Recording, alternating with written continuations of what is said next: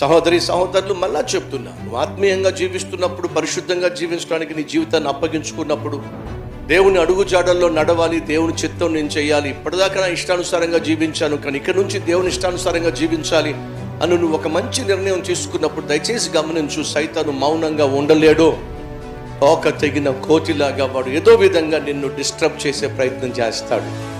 అలా వాడు నిన్ను డిస్టర్బ్ చేయాలని, డిస్కరేజ్ చేయాలని, నిరాశపరచాలని, నీరుగార్చాలని వాడు శతవిధాల ప్రయత్నం చేస్తున్నప్పుడు నువ్వు దుఃఖపడద్దు, భయపడద్దు, అధైర్యపడద్దు. ఎందుకంటే ఈ లోకంలో ఉన్న సైతానుగాడి కంటే మనలో ఉన్నటువంటి దేవుడు బహు బలమైన వాడు అనే వాస్తవాన్ని మర్చిపోకండి.